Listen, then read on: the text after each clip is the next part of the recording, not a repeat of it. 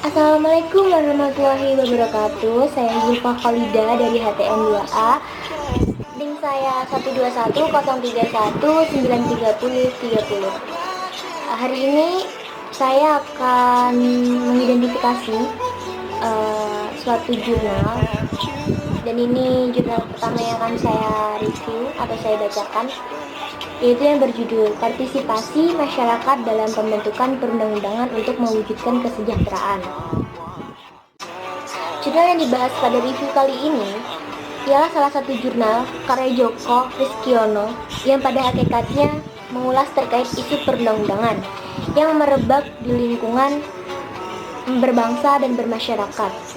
Menurut saya, jurnal ini dilatar belakangi oleh sikap para pembentuk undang-undang yang cenderung kurang aspiratif dan tidak partisipatif. Jalan panjang pembentukan undang-undang yang berinstrumen dari program legislasi nasional sewajarnya bertolak pada konteks pembukaan Undang-Undang Dasar RI tahun 1945 yang pada titik bagian berbunyi, untuk berbentuk suatu pemerintahan negara Republik Indonesia yang melindungi segenap bangsa Indonesia dan seluruh tumpah darah Indonesia, dan untuk memajukan kesejahteraan umum. Jurnal ini, di dalam ini, penulis juga sedikit menyinggung terkait kepentingan lain yang bisa jadi merasuki tubuh pembentuk undang-undang kita. Di sini saya juga menangkap adanya pekerjaan rumah para anggota legislatif yang berusaha disandur oleh penulis, sebab dalam mekanisme pembentukannya terkadang diselimuti political bargaining atau tawar-menawar yang bermuara pada kompromi atau bisa disebut konsensus yang dilakukan secara politis, yang tak jarang juga mencederai kepentingan umum itu sendiri. Kita harus mengedepankan nilai-nilai yang partisipatif, aspiratif, serta demokratis. Ada juga konsepsi aspirasi masyarakat dalam pembentukan peraturan perundang-undangan.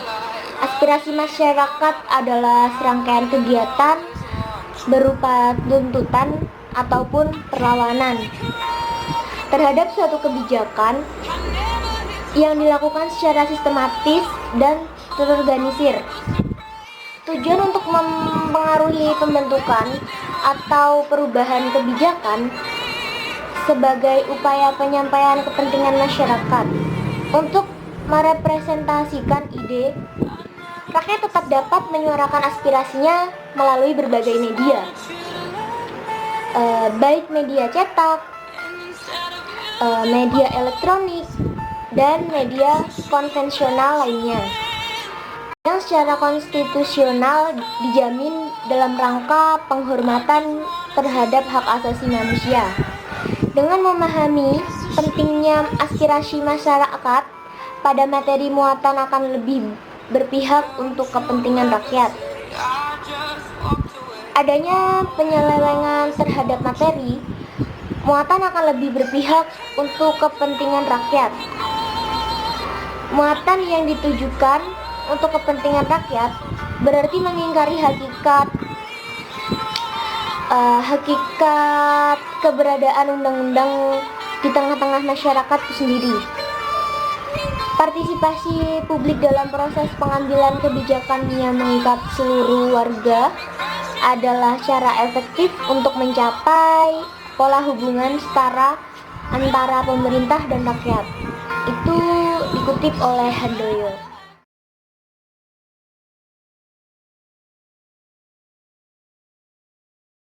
Selanjutnya saya akan mengidentifikasi jurnal yang kedua yang berjudul Harmonisasi Hubungan Wewenang Kepala Desa dengan Badan Perwakilan Desa. Jurnal yang dibahas pada review kedua kali ini ialah salah satu jurnal karya Syahbudin yang saya baca. Pada hakikatnya membahas mengenai keharmonisan di dalam hubungan kepala desa dengan badan perwakilan desa di suatu lingkungan daerah. Menurut saya, harmonisasi hubungan wewenang kepala desa dengan badan perwakilan desa dalam pembentukan perda berkaitan dengan model harmonisasi hubungan wewenang antara kepala desa dan BPD.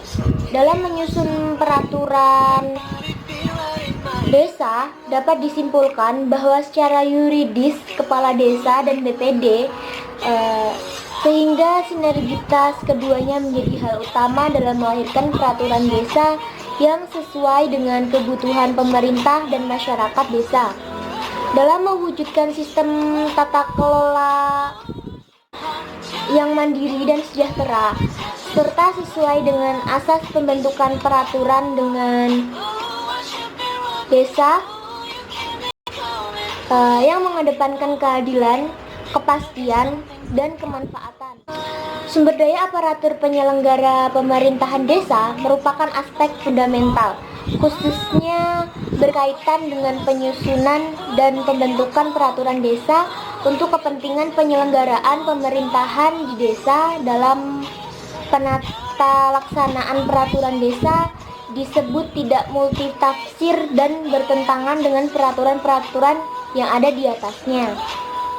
Secara penelitian ini diarahkan untuk mengidentifikasi permasalahan dan hambatan-hambatan yang muncul, baik dalam aspek penyusunan peraturan desa maupun dalam penata laksanaan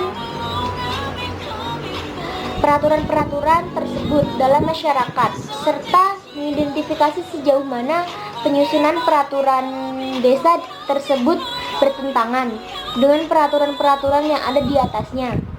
Aspek ini merupakan suatu rekomendasi ilmiah yang disusun berdasarkan penelitian normatif sehingga dapat dijadikan sebagai rujukan bagi pemerintah daerah dalam menyusun peraturan daerah. Tentang pedoman penyusunan dan mekanisme penyusunan peraturan desa yang dapat dijadikan sebagai payung hukum bagi seluruh aparatur desa di kabupaten dengan tujuan agar tercipta penata laksanaan dan tata kelola desa yang baik.